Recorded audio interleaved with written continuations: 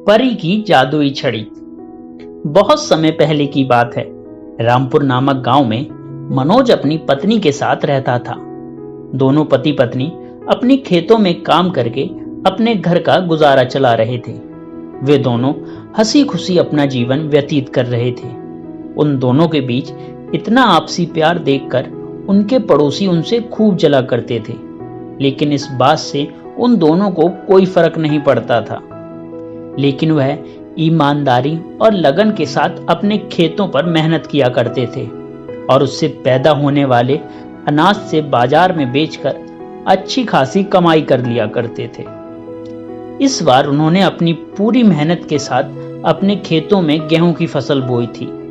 काफी अच्छे तरीके से वह उग रही थी, लेकिन उनके पड़ोस में रहने वाला रवि नामक एक किसान उन दोनों से बहुत जलता था और उनकी अच्छी खासी फसल को देखकर उसे बहुत जलन होती थी। इसीलिए उनके खेतों को बर्बाद करने का प्लान बनाने लगता है। एक रात मनोज खेतों में पानी डालने जा रहा होता है। जाते वक्त अपनी पत्नी सीता से कहता है, सीता, खेत का लगभग सारा काम पूरा हो चुका है। आज केवल आखिरी बार खेतों में पानी लगाना पड़ेगा और हमारी फसल तैयार हो जाएगी। इस बार की फसल पहले से काफी अच्छी हुई है, इसीलिए हमें बाजार में ज्यादा पैसे मिल जाएंगे। ठीक है, तो मैं खेतों में पानी लगाकर 2 घंटे में वापस आ जाऊंगा। तब तक तुम खाना बनाकर रखना, फिर दोनों साथ में बैठकर खाना खाएंगे। पत्नी बोली, ठीक है जी, आप आराम से जाइए और पानी लगाकर आइए। तब तक मैं बहुत ही स्वादिष्ट खाना बनाकर तैयार रखूंगी। मनोज इतना कहकर अपने खेतों की तरफ चल देता है और वहां पहुंचकर अपने खेतों में पानी डालना शुरू कर देता है। रवि भी उनके घर के बाहर खड़ा होकर उन दोनों पत्नी की बातें सुन रहा था, इसीलिए वह भी पीछे पीछे उसके खेतों में आ जाता है और छुपकर बैठ जाता है। जब खेतों में अच्छी तरीके से पानी लग चुका होता है तो वह ट्यूबवेल को बंद करके अपने घर चला जाता है। लेकिन मनोज के जाने के बाद रवि उसके खेतों में ट्यूबवेल को दोबारा चला देता है और मन ही मन कहता है, देखता हूँ इस बार इन दोनों के खेतों की फसल कैसे बचती है। आज पूरी रात दोनों को खेतों में पानी भरेगा और अगली सुबह जब मनोज देखकर परेशान होगा तो मुझे बहुत खुशी मिलेगी। मनोज के घर पहुंचते ही सीता मनोज से कहती है, आ गए आप, चलिए अब हाथ मुंह धो लीजिए, मैं आपके लिए खाना लगा देती हूँ। दोनों पति पत्नी एक साथ बैठकर हंसते मुस्कुराते खाना खाने लगते हैं और फिर खाना खाकर वह दोनों सो जाते हैं। अगली सुबह जब मनोज अपने खेतों में जाता है तो एक खेतों को देखकर हैरान हो जाता है।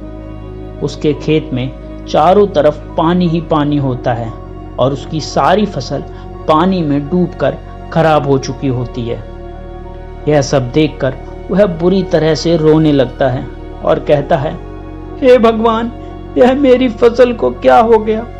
मुझे अच्छे से याद है कि मैं जाते समय पानी को बंद करके गया था, लेकिन पता नहीं कैसे मेरे खेतों में पानी ही पानी भर गया और मेरी पूरी फसल बर्बाद हो गई। अब मैं क्या करूंगा, कैसे पूरे साल अपने घर का गुजारा चलाऊंगा।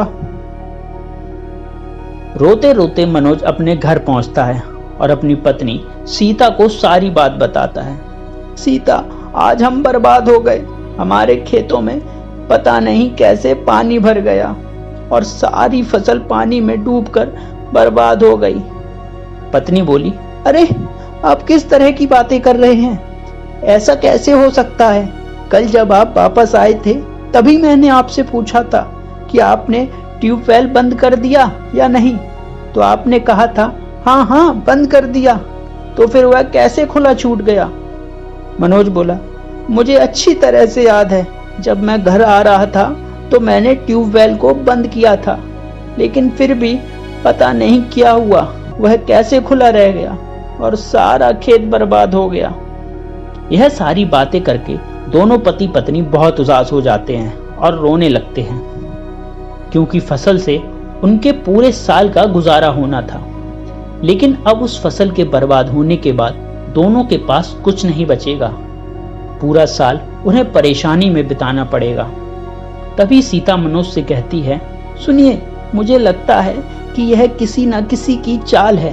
वैसे भी इस गांव के सभी लोग हम दोनों से बहुत जलते हैं। जरूर इनमें से ही किसी ने हमारे ट्यूबवेल का पानी खुला छोड़ दिया है, जिस वजह से हमारी फसल बर्बाद हो गई।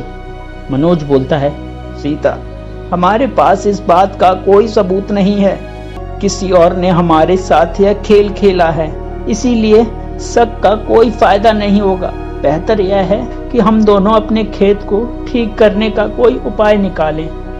मनोज और सीता आपस में यह सारी बातें करके और परेशान हो जाते हैं और दोनों रोते रोते खेतों की तरफ चल देते हैं। तभी वहां उन्हें एक हिरण का बच्चा दिखाई देता है, जो कि एक दलदल में फंसा हुआ था और बाहर निकलने की कोशिश कर रहा था।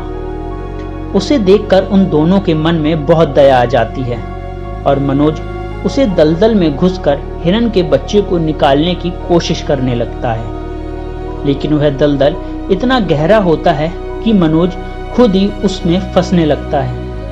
यह देखकर सीता भागकर एक रस्सी उठाकर लाती है और उसे दलदल में फेंक देती है, ताकि मनोज उसे पकड़कर बाहर निकल आए। और फिर मनोज बड़ी मुश्किल से उस रस्सी को पकड़कर बाहर आ जाता है और इस हिरण को भी बाहर निकाल देता है। बाहर आते ही वह हिरण का बच्चा एक परी में बदल जाता है और परी उन दोनों से कहती है, तुम दोनों पति पत्नी बहुत ही ईमानदार और अच्छे लगते हो। तुम दोनों ने मुझे बचाकर मेरे ऊपर एक बहुत बड़ा एहसान किया है, लेकिन तुम दोनों इतने उदास क्यों लग रहे हो? तुम्हें जो परेशानी है मुझे बताओ। मैं एक परी हूँ, मैं तुम्हारी हर परेशानी का हल निकाल सकती हूँ। मनोज और सीता अपनी सारी टेंशन उस परी को बता देते हैं, जिसे सुनकर परी उन्हें एक छड़ी देती है और कहती है, यह एक जादुई छड़ी है। इसकी मदद से तुम अपने बर्बाद हुए खेतों को फिर से ठीक कर सकते हो। तुम्हें बस अपने खेतों में जाकर इस छड़ी को घुमाना है और कहना है, ये छड़ी हमारी मदद कर, हमारे खेतों को फिर से ठीक कर दे। यह छड़ी तुम्हारी हर समस्या को खत्म कर सकती है। जब भी तुम्हें किसी चीज की जरूरत हो तो तुम इस छड़ी को घुमाकर इससे मांग सकते हो। और इतना कहकर परी वहां से गायब हो जाती है और दोनों पति पत्नी और छड़ी को लेकर अपने खेतों में पहुंचते हैं। और वहां पहुंचकर मनोज छड़ी घुमाता है और कहता है, हे छड़ी, मेरी मदद कर और मेरे खेतों को ठीक कर दे।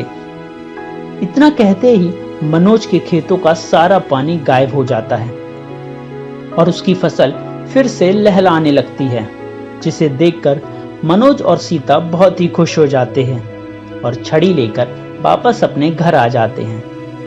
घर आकर वे दोनों अपने लिए एक सुंदर सा घर उसी छड़ी से मांग लेते हैं। फिर उसके बाद दोनों पति पत्नी खुशी से अपने घर में रहने लगते हैं और अपना जीवन बिना किसी परेशानी के जीने लगते हैं।